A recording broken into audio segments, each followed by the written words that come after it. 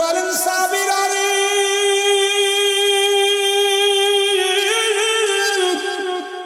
আমি নবী তিনজন সেনাপতির নাম ঘোষণা করে দিলাম।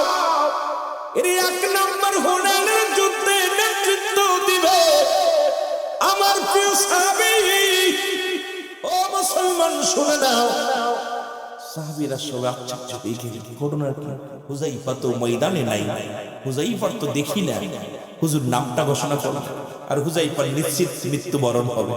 কারণ যে যুদ্ধের ময়দানে রাসূলুল্লাহ একের অধিক সেনাপতির নাম ঘোষণা করত। কি হলো ভাই, সাউন্ডটা ঠিক করে নিতে, টোনটা কমায় দিয়ে ইকো কমায় দেন, দিয়ে মোটামুটি চালা, সুন্দর আওয়াজ হচ্ছে। যে যুদ্ধের ময়দানে রাসূলুল্লাহ একের অধিক সেনাপতির নাম ঘোষণা করত। দুজন বললে একজন মারা যেত, তিনজন বললে দুজন শাহাদাতের পেয়ালা পান করত। যে যুদ্ধের ময়দানে রাসূল একজনের নাম বলতেন, সেই যুদ্ধে সাহাবী বিজয় হয়ে বীরের বেশে রাসূলুল্লাহর কদমের মধ্যে হাজির হয়ে যেত। জোরে বলেন আল্লাহু আকবার। এখন হুনাইনের যুদ্ধের সেনাপতি কয়জন? জোরে বলেন কয়জন? তিনজন সেনাপতি। রাসূল বললেন, সাহাবীরা রে, আমি তিনজনের নাম ঘোষণা করে দিলাম। এই তিনজনের নাম, কিন্তু এক নাম্বার সেনাপতি ওখানে নাই। উনি গেছে বিবাহ করতে, নতুন বিবাহ করতে গেছে। আমার বন্ধুরা আজকে একটা দিন মাহফিল শোনার জন্য যারা আসতে পারেন নাই, যারা এখনো বাড়ি থেকে কান দিয়ে শুনতেছেন, আলোচনা খেয়াল করে শোনেন। রাসূলের সাহাবী হুযায়ফা রাদিয়াল্লাহু তাআলা উনি বিবাহ বন্ধনে আবদ্ধ হওয়ার জন্য বিয়ে করতে গেছে মক্কা মদিনার সুন্দরী নারী। বিয়ের জন্য রওনা হয়েছে। এদিক নবীজিদের সেনাপতি বানিয়ে দিছে। ও মুসলমান শুনে নাও, চিঠিখানা যখন নবীজি হাতের দিলেন, তিনজনকে তিনটা চিঠি দিলেন। হুযায়ফার চিঠি, হুযায়ফা তো মজলিসে নাই। হুযায়ফার পত্রখানা একা হুযায়ফার কাছে পৌঁছায় দিলেন। হুযায়ফা বিবাহ কাজ সম্পূর্ণ হয়ে গেছে, শুধু আনুষ্ঠানিকতা বাদ, মোনাজাত বাদ। দোয়া করে নবীর সাহাবীরা কোনো বিবাহ অনুষ্ঠান হলে এক জায়গা বসে দোয়া করতেন। দোয়া করে কিছু খুরমা খাইতেন, খেজুর খাইতেন, কারণ এটা সুন্নাতে রাসূল, আমার নবীজির হুকুম ছিল। জোরে জোরে চিল্লায় বলো মারহাবা। হুযায়ফার বিয়া হয়ে গেল। চিঠিখানা এক ইহুদি এনে বলে, হুযায়ফা রে, রাহমাতুল লিল আলামিন একটা চিঠি দিয়েছে, তোমার চিঠিখানা নাও। হুযায়ফা যখন চিঠিখানা হাতের মধ্যে নিলেন, হাতের মধ্যে নিয়ে চিঠির মধ্যে লেখা দেখে, হুযায়ফা আমার প্রিয় সাহাবী, হুযায়ফা রে, আগামীকাল হুনাইনের যুদ্ধে ফজরের নামাজ বাদে রওনা হব। ও আমার সাহাবী, আমি তোমার এক নাম্বার সেনাপতি বানিয়েছি। ও হুযায়ফা, ইতি তোমার নবী রাহমাতাল লিল আলামিন। জোরে জোরে চিল্লায় বলা যাবে না মারহাবা। সর্বশেষ পরিশেষে রাহমাতাল লিল আলামিন। হুযায়ফা চিঠির মধ্যে চুমা দিলেন। হুযায়ফা চিঠিখানা বুকের সঙ্গে টেনে ধরলেন। হযরত হুযায়ফা চিঠিখানা চুমা দিয়া মাথার মধ্যে লাগাইয়া চিৎকার বেড়ে বলে, ইয়া রাসূলুল্লাহ, ইয়া হাবিবাল্লাহ, আজকে ফজরের নামাজ বাদে আমি ফজরের নামাজ বাদে যুদ্ধের ময়দানে যেতে হবে। ইয়া রাসূলুল্লাহ, আমি বিবাহ বন্ধনে আবদ্ধ হওয়ার জন্য এখানে এসেছি। ইয়া রাসূলুল্লাহ, তার মানে আমি এক নাম্বার সেনাপতি, আমার পরিবারও আছে। সুতরাং এই যুদ্ধের ময়দানে আমি হয়তো আর ফিরে আসবো না। কারণ হুযায়ফা রাদিয়াল্লাহু তাআলা, এ মুসলমান গভীর মনোযোগ, চোখের পানি ছেড়ে কান্দে, ইয়া রাসূলুল্লাহ, ইয়া হাবিবাল্লাহ, আমি ভুল করেছি গো নবী। কারণ আপনার সামনে থাকলে ক্ষুধা নিবারণ হয়ে যায়, আপনাকে দেখলে ঘুম হারাম হয়ে যায়, আপনাকে দেখলে মনের দুঃখ দূর হয়ে যায়। আমি আমার রাসূলের কদম থেকে অনেক দূরে আছি, আমি ভুল করেছি মনে হয়। সঙ্গে সঙ্গে উঠে দাঁড়ায়া উপস্থিত মুসল্লিদের ডাক দে, বলে, ভাইরা, এ আমার ভাইরা, তোমরা থাকো, আমি গেলাম আমার রাসূলুল্লাহর কাছে। ধরে বলেন না মারহাবা। রাসূলকে কত ভালোবাসতেন মুসলমান আমার। এ গম্ভীর বাবারা, রাহমাতুল লিল আলামিন আমার নবীর কদমের মধ্যে রওনা হয়ে গেলেন। পিছন থেকে ডাক দে, বলে, হুযায়ফা রে, সবে মাত্র বিবাহ হলো, একটু তুমিও কোনোদিন আমার মেয়েটাকে দেখো নাই, মেয়েও তোমার দেখে নাই। সুতরাং নতুন বিবি হুযায়ফা রে, তোমার বিবিও তোমারে দেখে নাই, তুমিও বিবির দেখো নাই। হুযায়ফা, বিবাহ হয়ে গেল, তোমার বিবির একটু দেখে যাও। তোমার বিবিরে তুমি দেখে যাও। হুযায়ফা কয় না, আমার সময় নাই, রহমতের নবী যুদ্ধে রওনা দিবে রে, আমি সেনাপতি, সুতরাং আর সময় নাই। কই রওনা হয়ে গেল, পিছন থেকে বিবি মুসলমান কেউ ঠেকাইতে পারলেন না। হুযায়ফা চলে আসলেন রাসূলুল্লাহর কদমের মধ্যে। নবীজি হুযায়ফাকে দেখে একটা মিষ্টি হাসি দিলেন। রাসূল বলেন, হুযায়ফা তুমি আইছো বলি, ইয়া রাসূলুল্লাহ, ইয়া হাবিবাল্লাহ, আমি আপনার কদমের মধ্যে বান্দা হাজির হয়ে গেছে। ইয়া রাসূলুল্লাহ, ইয়া হাবিবাল্লাহ। নবী বলেন, হুযায়ফা রে, তাড়াতাড়ি তুমি যুদ্ধের সরঞ্জাম গুছায় নাও, কারণ ফজরের নামাজ বাদে, কারণ আমরা রওনা দিব, তোমরা রওনা দিবা যুদ্ধের ময়দানে। কারণ রাসূলুল্লাহর কাছে এক নাম্বার প্রিয় ছিল নামাজ। এই জন্য যখনই কোন যুদ্ধের ময়দানে যাইতেন, নামাজ শেষ করে দোয়া করে রওনা দিতেন। ও মুসলমান শুনে নাও, কারণ রাসূলুল্লাহর কাছে এক নাম্বার প্রিয় ছিল কি? নামাজ। জোরে বলো, কি ছিল? আর একটু জোরে বলো, এক নম্বরে কি ছিল? নামাজ। এখন আমি যদি নামাজের ওয়াজ করি বড় কষ্ট হয়। আজকে আমার সমাজে মাওলানা আলেম ওলামা যারা আসি শুধু নামাজের ওয়াজ করি। নামাজের ওয়াজ করার দরকার ছিল কাদের কাছে? অমুসলিমদের কাছে। কিন্তু মুসলমানদের কাছে নামাজের ওয়াজ করা লাগে, বড় লজ্জা লাগে। কারণ যারা নবীরে ভালোবাসেন, আমার নবীর কাছে এক নম্বর প্রিয় ছিল নামাজ। দুই নাম্বার নবীর কাছে ছিল তার উম্মতগণ। তিন নাম্বার নবীর কাছে ছিল তার বিবিগণ। কোনদিন রাসূলুল্লাহ মুসলমান শোনে না, আমার নবীজি তার বিবিদেরকে অত্যন্ত ভালোবাসতেন। আজকে আমার মারা যারা আলোচনা শোনো, আমার মাদের জন্য প্যান্ডেল করা হয়েছে, মারা শোনো। আমার রাসূলুল্লাহর কাছে প্রিয় ছিল তার বিবিগণ। বিবিদেরকে অত্যন্ত ভালোবাসতেন, মায়া করতেন, সম্মান করতেন। আমার বাবারা, আমার অন্যর বউ না, অন্যর বিবিদেরকে এত ভালোবাসেন নাই, কোনোদিন দেখা করেন নাই। সুতরাং আমরা যারা নিজের বউ বাদ অন্য দিক তাকায়, কারণ আমাদের কপাল বন্ধ, আমাদের কপাল খারাপ। জোরে জোরে চিল্লায় বলেন ঠিক কিনা? আমার ভাইরা, আমার বন্ধুরা, রাসূলুল্লাহর কাছে 4 নাম্বার প্রিয় ছিল সুগন্ধি জিনিস। আমরা এখন বিড়ি সিগারেট নিয়ে ব্যস্ত, গাঁজা নিয়ে ব্যস্ত, ইয়াবা নিয়ে ব্যস্ত, মদের বোতল নিয়ে ব্যস্ত। কিন্তু রাসূলুল্লাহর যদি প্রিয় পাত্র হতে হয়, নবীর উম্মত বলে যদি আপনাদের দাবি করতে হয়, এই 4টা জিনিস আমাদের ভালোবাসার দরকার। যেহেতু কালেমা পড়েছেন, কালেমা পড়ার সঙ্গে সঙ্গে নামাজ বাধ্যতামূলক। নামাজ কাফের এবং মুসলমানদের মধ্যে পার্থক্য। মুসলমান নামাজ পড়ে, কাফেরের নামাজ ছেড়ে দেয়। এক ওয়াক্ত নামাজ কাজা দিলে 80 খুতবা পরিমাণ জাহান্নাম, যার এক খুতবা পরিমাণ হলো 2,88,00,000 বছর। আপনার জীবন থেকে কত নামাজ ছুটে যায়। এই নামাজের হিসাব যদি রব্বে কারিম ধরে, আমার মন বলে জাহান্নাম ছাড়া জান্নাতে যাওয়া সম্ভব নয়। ঠিক কি না? নামাজ রাসূলুল্লাহর কাছে 1 নাম্বার প্রিয় ছিল কি? জোরে বলেন না, কি ছিল? আপনাদের কাছে খালি মোবাইল, ইন্টারনেট। আগের যুগের মানুষ মেহমান বাড়ি বেড়াইতে আলি যায় নামাজ খুঁজতো, যায় নামাজ কত, বাবা যায় নামাজ দাও, বদনা দাও, ওযু করবো। আর এখন বাড়িতে গেলে মোবাইল চার্জার খোঁজে, কয় ওয়াইফাই আছে না, ওয়াইফাই দাও, আর হলো ব্যাটারি চার্জ, ব্যাটারি নেই, তাড়াতাড়ি কয় চার্জার আছে, চার্জার আছে, কি তো বুঝতা, কয় ব্যাটারি চার্জ নেই, মোবাইলে চার্জ। এখন আর যায় নামাজ খোঁজে না। দুঃখ। আরে মুসলমান, এভাবে তো দিন যাবে না আপনার আমার, এভাবে দিন যাবে, ফুরিয়ে যাবে। জোরে বলেন ঠিক কিনা? আরে মানুষ শুধু বেহুশ দুনিয়ার পিছে, কি জবাব দিবি রে তুই আল্লাহর কাছে, কি জবাব দিবি রে তুই আল্লাহর কাছে। বলেন ওরে মানুষ শুধু বেহুশ, রে মানুষ দুনিয়ার পিছে, কি জবাব দিবি রে তুই আল্লাহর কাছে। বলো কি জবাব দিবি রে তুই আল্লাহর। সাদের দম তামাশা করে দিন গেলে সফরায়, আসিবে কবরের জিন্দেগি যে, আসিবে কবরের জিন্দেগি যে, কি উপায় হবে। আরে মানুষ শুধু বেহুশ, আরে মানুষ শুধু বেহুশ দুনিয়ার পিছে, কি জবাব দিবি রে তুই আল্লাহর কাছে। বলো কি জবাব দিবি রে তুই আল্লাহর।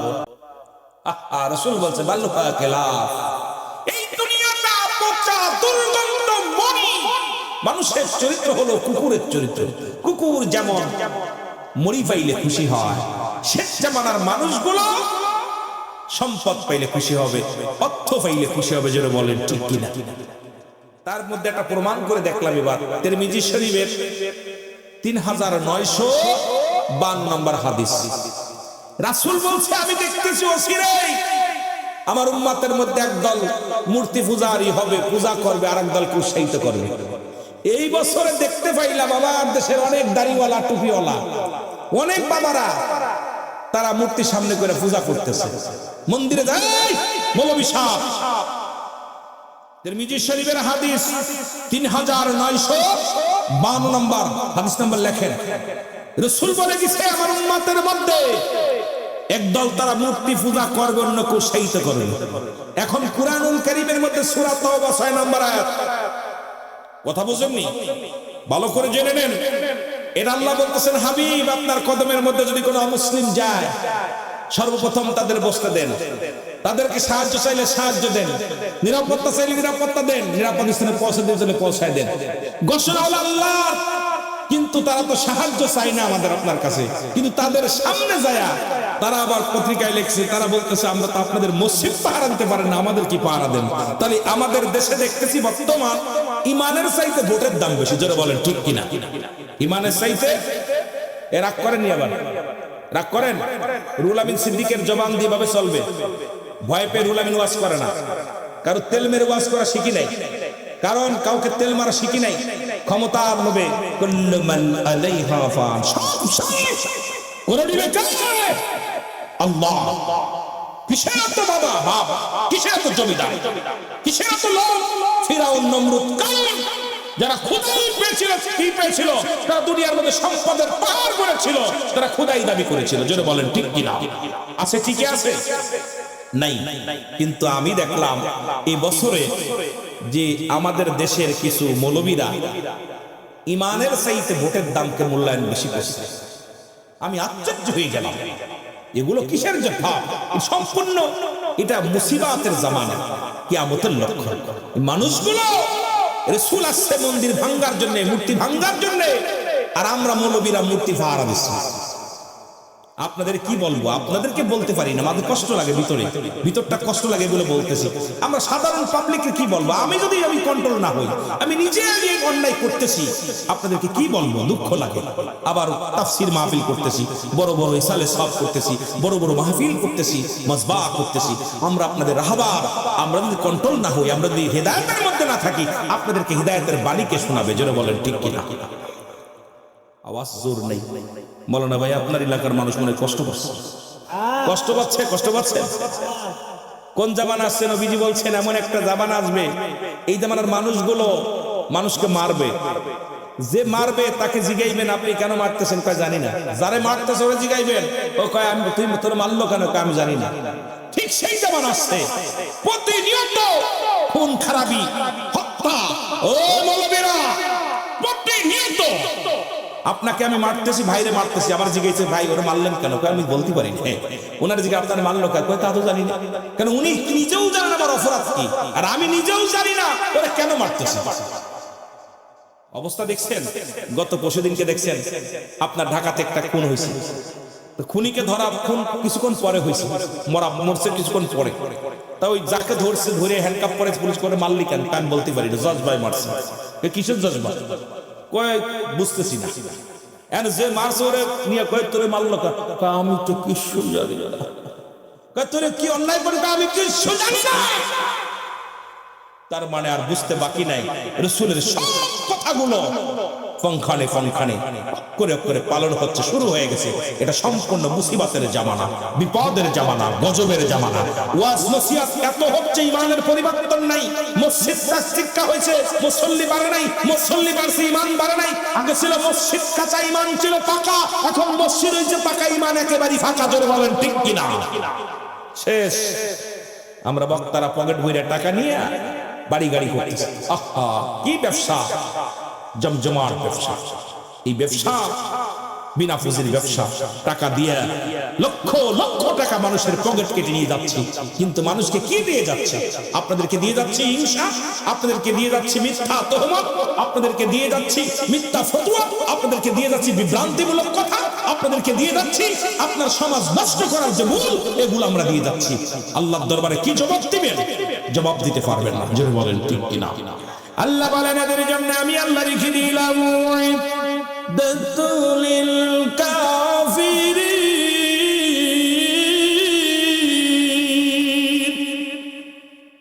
এই কাফের বেঈমান মুনাফিকদের জন্য। বাবা উঠলা কে? আমার ভাইয়েরা, আমার বন্ধুরা, আমার যে কথাগুলো বলতেছি দিলের কান্ডা লাগা শোনানো। আমার নবী রাহমাতুল লিল আলামিন, আমার বাবারা, নবীজি যখন সেনাপতির নাম ঘোষণা করলেন,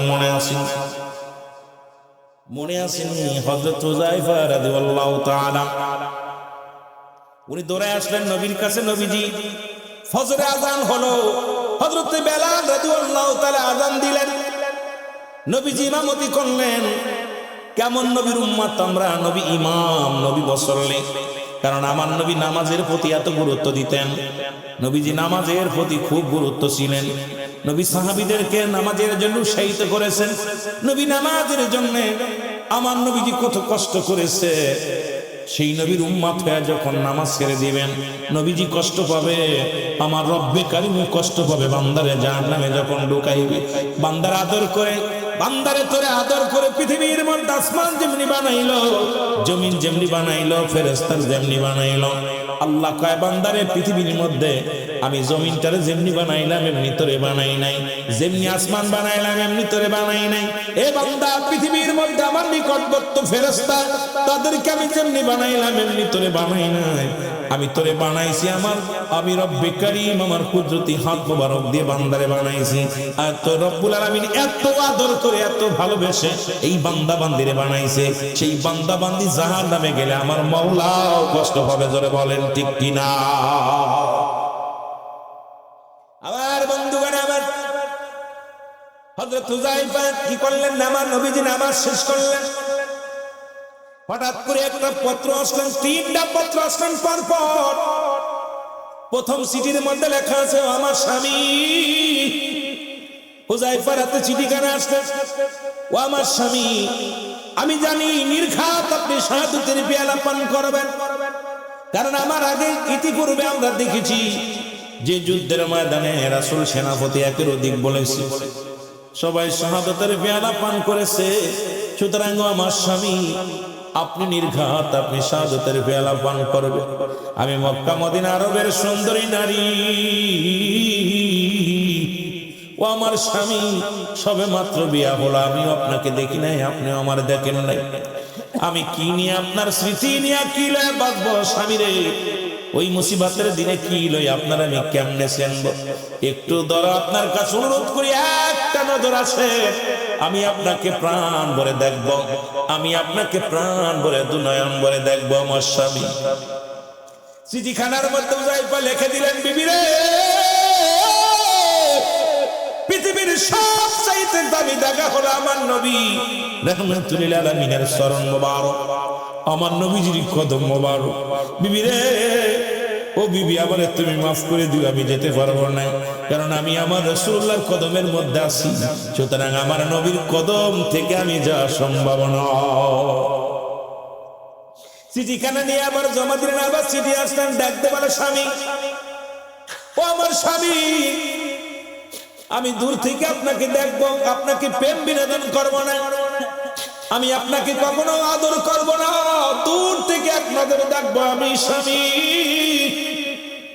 জীবনে কোনোদিন আমি কোনো পুরুষ দেখি নাই, জীবনে কোনোদিন আমি কোনো পুরুষের চেহারা দেখি না, কারণ আপনি আমার স্বামী, আপনাকে এক নজর প্রাণ ভরে দেখবো। ও আমার স্বামী, একবার আয় আমার সামনে, একবার প্রাণ ভরে দেখবো। চিঠির মধ্যে লিখে দিলেন, ও বিবি, তুমি দাবি করো না, কারণ আমি রাহমাতুল লিল আলামিনের কদমের মধ্যে আছি, কিছুক্ষণের মধ্যে আমি যুদ্ধের ময়দানে রওনা দিব। সুতরাং আমার নবীজির মুখয়ারা মোবারক, আমার নবীর কদমের মধ্যে থেকে আমি যত সুখ পাই, যত মজা পাই, পৃথিবীর অন্য কোথাও এত মজা পাই না। জোরে বলেন মারহাবা।